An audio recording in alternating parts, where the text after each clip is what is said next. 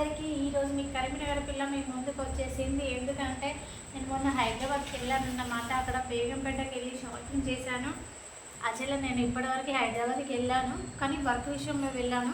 కానీ ఇప్పుడు షాపింగ్ కోసం ఎక్స్పెషల్గా అయితే నేను వెళ్ళలేదు. కానీ ఈసారి అయితే అమ్మతో చెల్లెతో కలిసి అయితే వెళ్ళాను.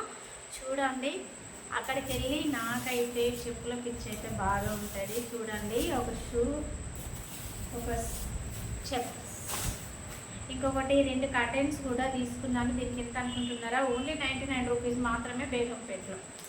ఇంట్లోకి పనికొస్తాయని తీసుకున్నాను. ఇవైతే మా చెల్లె తీసుకుంది, నా కోసం ఒకటి, మా చెల్లి కోసం ఒకటి. Only 130 rupees.